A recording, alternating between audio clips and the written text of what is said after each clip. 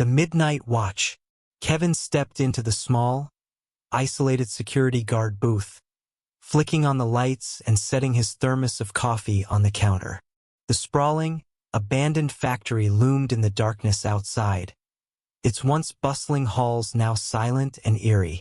The factory was slated for demolition, and Kevin had been assigned to the midnight watch, ensuring that no one trespassed on the property. At first, the job seemed easy. The security cameras displayed empty corridors and rooms filled with rusted machinery and cobwebs. Kevin settled into his chair, took a sip of coffee, and began his shift. As the hours dragged on, Kevin passed the time by reading a novel and glancing occasionally at the monitors. Everything was calm until around 2 a.m., when he noticed something strange on one of the cameras. A shadow seemed to dart across the hallway, disappearing into the darkness. Kevin frowned and leaned closer to the monitor. He rewound the footage but saw nothing out of the ordinary. Dismissing it as a trick of the light, he returned to his book. Over the next few nights, the occurrences became more frequent. Shadows flitted across the screens, doors that were supposed to be locked appeared ajar, and faint, eerie noises echoed through the vast, empty spaces of the factory. Kevin's unease grew with each passing night. One evening, as he sat in the booth, the lights inside the factory began to flicker. The security cameras showed movement in the old assembly line area. Kevin watched intently as a shadowy figure moved between the machines, disappearing and reappearing in different parts of the factory. Deciding to investigate, Kevin grabbed his flashlight and headed towards the assembly line. The air inside the factory was cold and still, and his footsteps echoed eerily. He swept the beam of his flashlight across the room, but saw nothing out of the ordinary. "Hello?" he called out, his voice reverberating off the metal walls. There was no response, just the distant hum of the factory's ancient electrical system. He returned to the booth, his unease growing. Something was definitely not right, but he couldn't figure out what. On the fifth night, Kevin's curiosity got the better of him. Determined to get to the bottom of the strange occurrences, he decided to do a thorough sweep of the factory. As he walked through the maze of corridors and rooms, he noticed a door he hadn't seen before, partially hidden behind a stack of old crates. The door was locked, but after some effort, he managed to force it open. Inside, he found a small, dimly lit room covered in dust. The walls were adorned with ancient, ritualistic symbols, and in the center of the room was a crude altar. Kevin's heart pounded as he looked around. On a table, he found old newspaper clippings detailing the activities of a cult that had supposedly operated in the factory decades ago. The articles spoke of strange rituals, disappearances, and rumors of human sacrifices. A sense of dread washed over him. He realized he had stumbled upon something far darker than he had imagined. As Kevin hurried to leave the room, the factory seemed to come alive. The lights flickered violently, and the temperature dropped. The shadows on the monitors grew darker and more defined, moving with purpose. He made his way back to the booth, but the shadows seemed to follow him, flickering in and out of existence. When he reached the booth, the monitors were filled with static, and the eerie noises grew louder, resembling whispers. Kevin tried to call for help, but his radio was dead, and his cell phone had no signal. Panic set in as he realized he was alone, trapped in the factory with whatever malevolent force he had awakened. Desperate, he watched the monitors, hoping to see something that would explain what was happening. The shadows moved closer, and he could almost make out faces within the darkness. Twisted, vengeful faces. Determined to confront whatever was haunting the factory, Kevin grabbed his flashlight and ventured back into the depths of the building. The whispers grew louder, and the shadows danced around him, taunting him. He returned to the hidden room, hoping to find something that would help him. As he entered, The door slammed shut behind him, and the room plunged into darkness. His flashlight flickered and died, leaving him in pitch blackness. Suddenly, the shadows on the walls came to life, swirling around him. He felt cold hands grab his arms and legs, pulling him towards the altar. He struggled, but the grip was too strong. In the dim light, he saw the faces of the cult members, their eyes filled with malice. They whispered in a language he couldn't understand, their voices growing louder and more frantic. Kevin screamed, but the sound was swallowed by the darkness. The shadows enveloped him, and he felt a searing pain as they dragged him into the depths of the factory. The next morning, the factory was silent once more. The security cameras showed empty corridors and rooms filled with rusted machinery and cobwebs. The security booth was empty, and Kevin was nowhere to be found. A new security guard was assigned to the midnight watch, unaware of the fate that had befallen his predecessor. As he settled into the booth, he noticed the eerie silence and the unsettling feeling that he was being watched. The shadows remained, lurking in the corners of the factory, waiting for their next victim. The hidden room with its ritualistic symbols and dark history remained untouched, a testament to the evil that had been awakened. As night fell, the new guard began his shift, oblivious to the danger that awaited him. The factory stood as a silent sentinel, its dark secrets hidden within its walls. The shadows waited patiently, knowing that their time would come again. The cycle continued, the factory's malevolent force ever hungry for souls. Kevin's screams still echoed through the empty halls, a chilling reminder of the horrors that lay within. The factory was slated for demolition, but the true horror lay not in its destruction, but in what would be unleashed when its walls came down. The spirits of the cult, bound to the factory, would be free to roam once more, spreading their darkness beyond the confines of the building. The new guard, like Kevin before him, would become a part of the factory's twisted history, another victim of the Midnight Watch. The factory's dark legacy would continue, its evil spreading like a plague, consuming all who dared to enter its shadowy depths. In the end, there would be no escape from the malevolent force that haunted the factory. The shadows would claim their due, and the Midnight Watch would continue, an eternal cycle of horror and despair. The story of the factory would become a cautionary tale, a warning to those who might venture into the darkness. But the whispers would continue, carried on the wind, drawing new victims into the factory's grasp. And so, the Midnight Watch went on, the shadows ever vigilant, waiting for their next prey. The factory stood as a monument to the evil that lurked within, a reminder that some places were best left undisturbed. In the end, the only escape from the factory was in death, and even then, the shadows held their victims close, never letting them go. The Midnight Watch was a curse, a never-ending nightmare that consumed all who dared to take on the job. The factory remained, its secrets buried deep, waiting for the next guard to uncover its horrors and join the ranks of the lost. The Midnight Watch was an eternal torment, a testament to the darkness that lay within the human soul. The graveyard shift. Maria wiped down the counter of the small-town convenience store, glancing at the clock as it ticked past midnight. The graveyard shift was lonely and monotonous, but as a single mother, she needed the job to make ends meet. Her son, Danny, was asleep at home under the care of her elderly neighbor, Mrs. Rodriguez. The convenience store, with its harsh fluorescent lights and quiet aisles, had become a second home to her. The store was usually quiet during the late hours, with only the occasional late-night customer. The stillness of the town outside added to the eerie atmosphere, but Maria had grown accustomed to it. She found solace in the routine, in the familiar hum of the refrigerators and the soft crackle of the radio playing low in the background.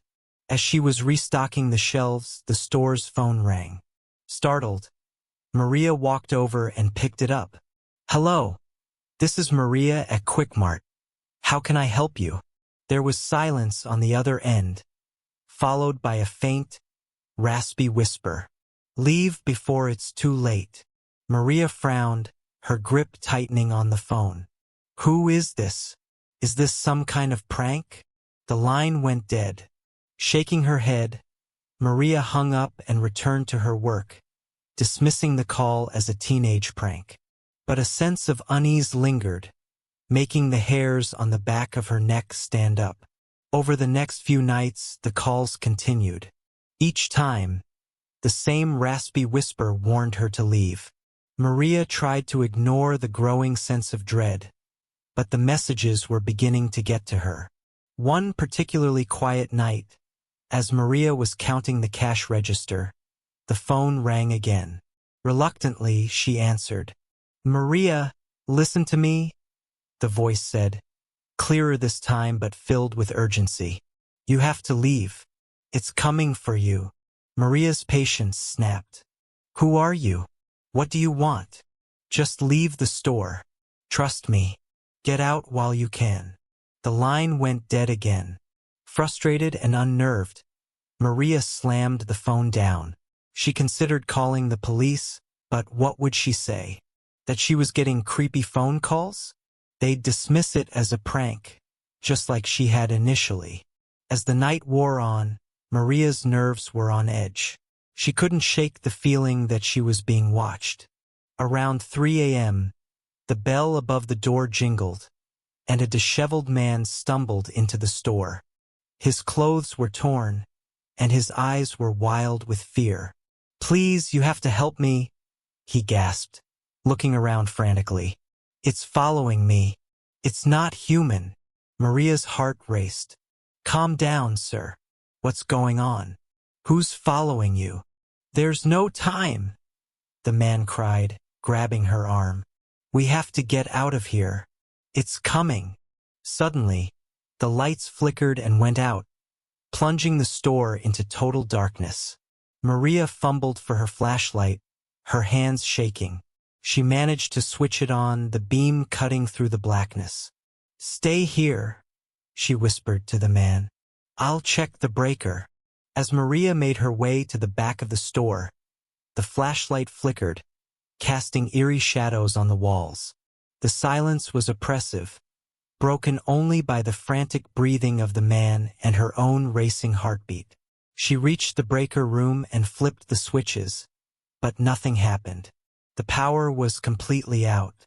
Maria felt a chill run down her spine. Something was very wrong. Returning to the front of the store, she found the man huddled behind the counter, his eyes wide with terror. "Did you fix it?" he asked, his voice trembling. "No, the power's out for good," Maria replied. "We need to stay calm and figure out what to do next." Before she could say more, a soft, chilling whisper filled the air, echoing through the store. "Maria!" She swung the flashlight around, the beam illuminating the empty aisles. The whispering grew louder, a chorus of voices calling her name. "What is that?" the man whispered, his voice shaking.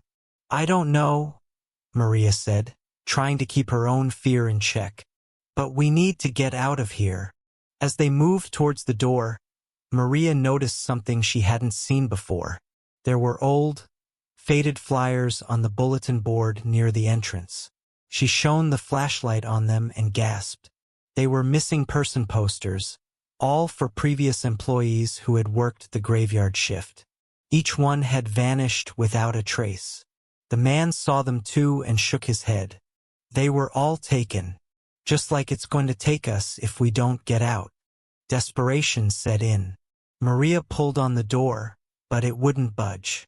The store had somehow locked itself from the outside. "We're trapped," she said, her voice barely a whisper. The whispers grew louder, more insistent. The flashlight flickered, casting frantic beams of light across the store. Shadows seemed to move in the corners of her vision, darting closer with each passing second. Suddenly, the man screamed.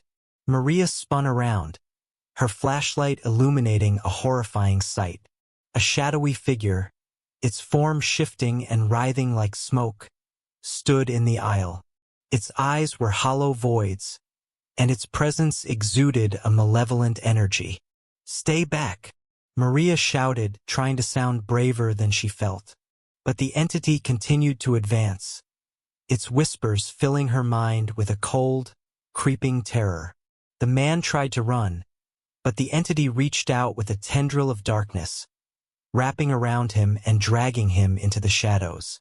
His screams echoed through the store before abruptly cutting off. Maria's heart pounded in her chest. She backed away, her flashlight flickering madly. The entity turned its attention to her, its hollow eyes locking onto hers. Desperate, Maria stumbled towards the back room, hoping to find another way out. The whispers grew louder, almost deafening, as the entity closed in. She found herself in the storage room, the flashlight's beam cutting through the thick darkness. The whispers surrounded her, voices of past victims mingling with the entity's malevolent call. Maria knew there was no escape. The door to the storage room slammed shut, sealing her fate. She backed into a corner, clutching the flashlight as her only weapon. The entity appeared in the doorway, its form shifting and growing. The whispers became a roar, filling her mind with terror. With a final, desperate scream, Maria swung the flashlight at the entity. The light flickered one last time before going out, plunging the room into complete darkness. The hospital's night ward. Nurse Claire had grown accustomed to the long, grueling hours of the night shift at St. Mary's Hospital. The old, underfunded hospital was notorious for its understaffed and overworked conditions. Despite the challenges, Claire found solace in helping her patients and the camaraderie among her colleagues. Yet, the night ward carried a sense of unease that even Claire couldn't ignore. On her first night shift, Claire had heard unsettling stories from her colleagues. They spoke in hushed tones about ghostly apparitions and eerie voices that echoed through the empty corridors. Claire, ever the skeptic, dismissed these tales as the product of overactive imaginations and exhaustion. But as the nights wore on, she began to feel a creeping sense of dread. It started with cold spots. Claire would be walking down a corridor or checking on a patient when she would suddenly feel a chill, as if she had stepped into a freezer. She brushed it off, thinking the hospital's ancient heating system was to blame. But then came the feeling of being watched. No matter where she went, she couldn't shake the sensation that unseen eyes were following her every move. One particularly quiet night, Claire sat at the nurse's station, catching up on paperwork. The hospital was unusually silent. The only sounds the distant hum of machinery and the occasional cough from a patient. As she focused on her work, she heard a faint, almost imperceptible whisper. She looked up, scanning the empty hallway, but saw nothing. "Must be my imagination," she muttered to herself, returning to her paperwork. But the whispers persisted, growing louder and more distinct. They seemed to be calling her name, urging her to follow. Curiosity and unease gnawed at Claire as she rose from her chair and followed the whispers down the dimly lit corridor. The hospital's fluorescent lights flickered, casting eerie shadows on the walls. She turned a corner and nearly jumped out of her skin when she saw a ghostly figure standing at the end of the hallway. It was a child, no older than 8, with pale skin and hollow eyes. The child's gaze locked onto Claire's, and a cold shiver ran down her spine. She wanted to turn and run, but something compelled her to stay. "Who are you?" Claire whispered, her voice trembling.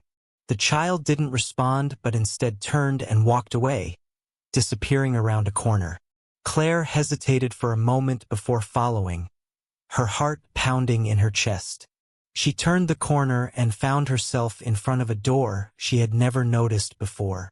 It was old and worn, with peeling paint and a rusted handle. Above the door, a faded sign read Ward C. Claire's curiosity overcame her fear as she pushed the door open and stepped inside. The air inside Ward C was heavy with dust and neglect. It was clear that this section of the hospital had been sealed off for years. The walls were lined with old, rusted beds and broken medical equipment. As Claire walked further into the ward, she felt the temperature drop even further, the cold seeping into her bones. In the center of the room stood the child, now joined by several other ghostly figures. They were all children, their eyes filled with sorrow and pain. Claire's heart ached at the sight of them. "What happened here?" she asked, her voice barely a whisper. The children didn't speak, but one of them pointed to a set of dusty filing cabinets in the corner of the room. Claire approached the cabinets, her hands trembling as she opened one of the drawers. Inside, she found old records and files yellowed with age. As she sifted through the documents, a horrifying picture began to emerge. The records detailed unethical experiments conducted on children many decades ago. The experiments were cruel and inhumane, and the children had suffered greatly. The files spoke of failed treatments, medical negligence, and a desperate attempt to cover up the hospital's dark past. Claire felt a wave of nausea wash over her as she read the accounts of the children's suffering. She understood now why their spirits lingered, trapped in the place where they had met such tragic ends. The children had been forgotten, their pain buried under years of neglect and silence. "I am so sorry," Claire whispered, tears streaming down her face. "You didn't deserve this." As she turned to leave, the ghostly children surrounded her, their eyes pleading and desperate. Claire felt a chill of fear as she realized they were not going to let her go. "Please let me go. I need to tell someone about this," she begged. But the children shook their heads, their expressions unyielding. Claire felt an invisible force pushing her back towards the center of the room. She struggled, but it was no use. The spirits were too strong. Panic set in as Claire realized she was trapped.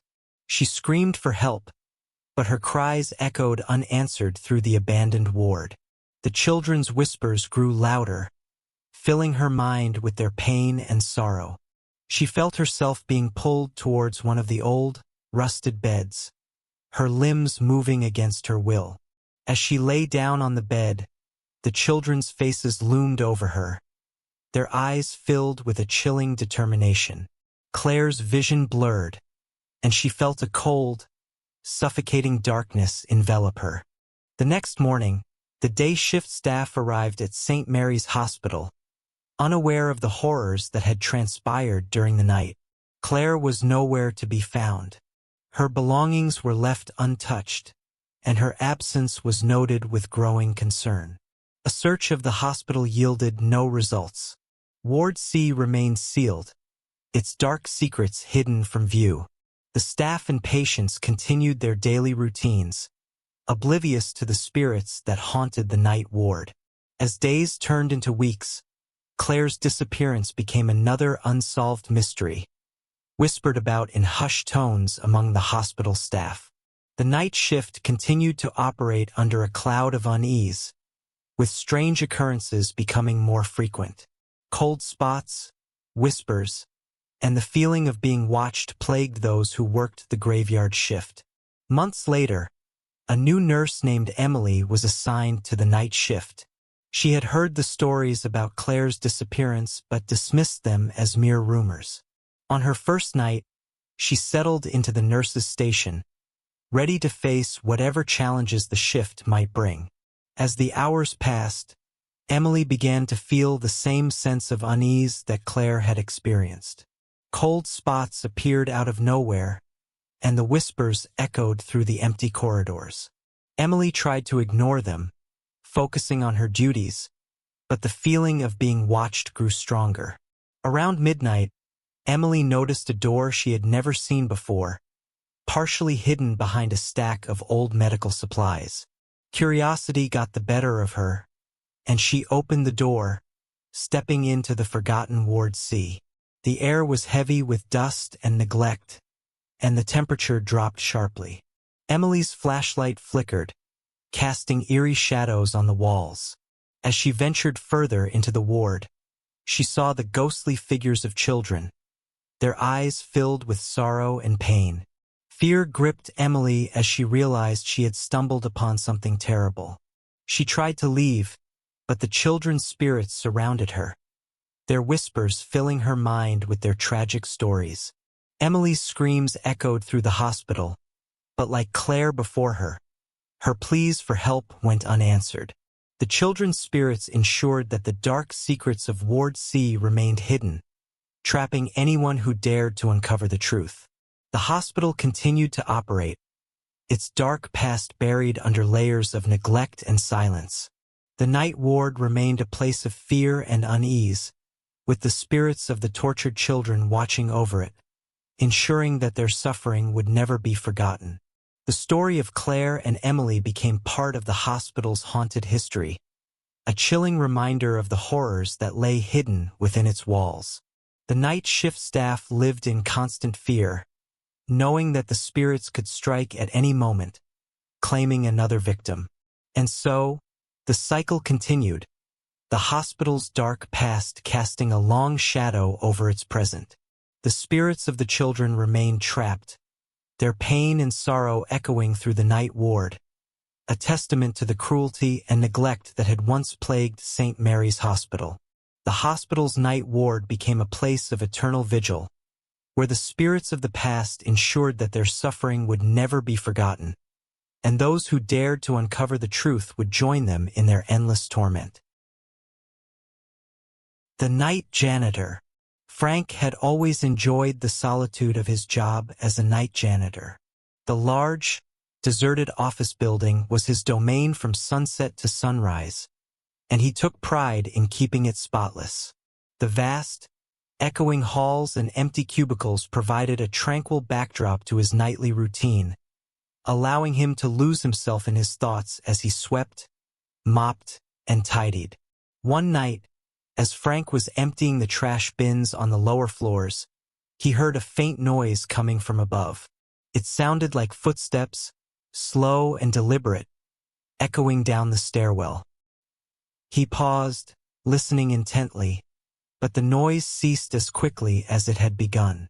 Frank shook his head and continued his work, convincing himself it was just his imagination.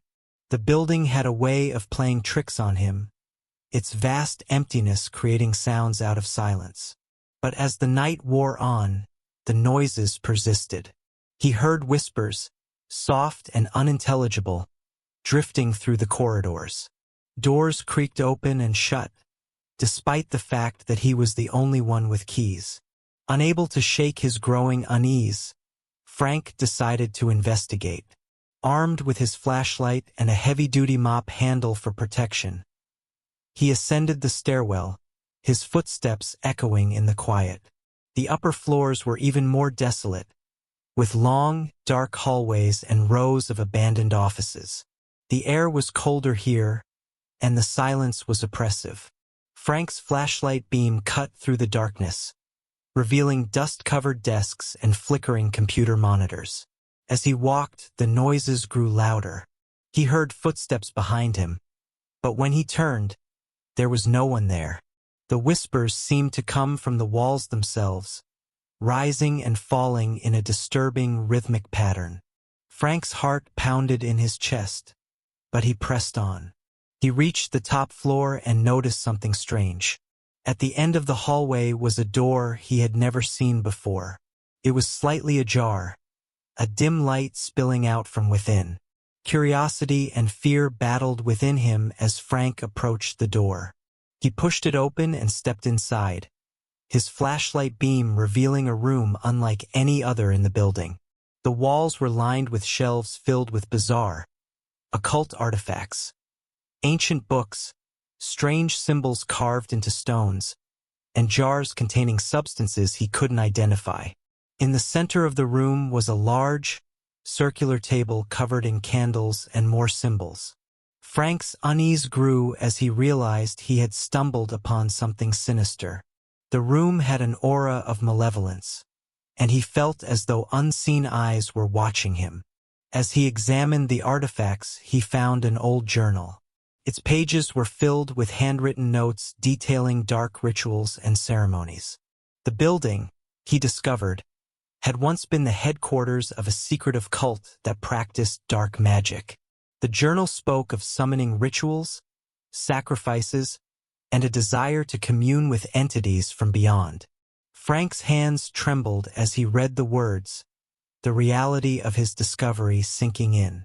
He needed to leave and call the authorities, but as he turned to go, the candles suddenly flickered to life, casting dancing shadows on the walls. The artifacts on the shelves began to glow, a faint, eerie light emanating from within them. The symbols on the walls seemed to writhe and twist, and the whispers grew louder, forming words that Frank could now understand. "Join us! Join us!" Panic surged through him, and he bolted for the door, but it slammed shut before he could reach it. He tugged at the handle, but it was locked tight. The shadows in the room grew darker, taking on humanoid shapes that advanced towards him. Frank swung his mop handle wildly, but it passed through the shadows without resistance. He backed into a corner, his flashlight beam flickering and dying. The room was plunged into darkness, the only light coming from the glowing artifacts and the eyes of the shadowy figures. "Please, no!" Frank shouted, his voice echoing in the confined space. "I don't want any part of this." The figures surrounded him, their whispers merging into a cacophony of voices. He felt cold hands grasping at him, pulling him towards the center of the room. He struggled, but the grip was too strong. The symbols on the floor glowed brighter, and a dark void opened beneath him. Frank's screams were swallowed by the darkness as he was pulled into the void. The sensation was like being submerged in ice-cold water, his body numb and his mind filled with terror. The last thing he saw was the room above him, the shadowy figures watching impassively as he disappeared into the blackness. He felt himself falling through endless darkness, the voices of the cultists echoing around him. He tried to scream, but no sound came out. The cold seeped into his bones, and he felt his consciousness slipping away. Back in the office building, the room returned to its original state. The candles extinguished, the symbols stopped glowing, and the shadowy figures faded away. The door swung open, revealing an empty, dust-covered space. The building was silent once more, the only evidence of Frank's existence the abandoned janitor's cart in the hallway. The night janitor had vanished without a trace, swallowed by the dark secrets of the office building. The next morning, the day shift employees arrived to find the building as they always did, quiet and orderly. They noticed the absence of the night janitor, but it was not the first time someone had disappeared during the graveyard shift. Rumors of hauntings and strange occurrences circulated among the staff, but no one dared to investigate further. The building continued to stand, a silent sentinel to the dark rituals that had once taken place within its walls. The hidden room remained sealed, its secrets locked away from the world. Weeks later, a new janitor was hired to replace Frank. His name was Michael, and he was eager for the job, unaware of the fate that had befallen his predecessor.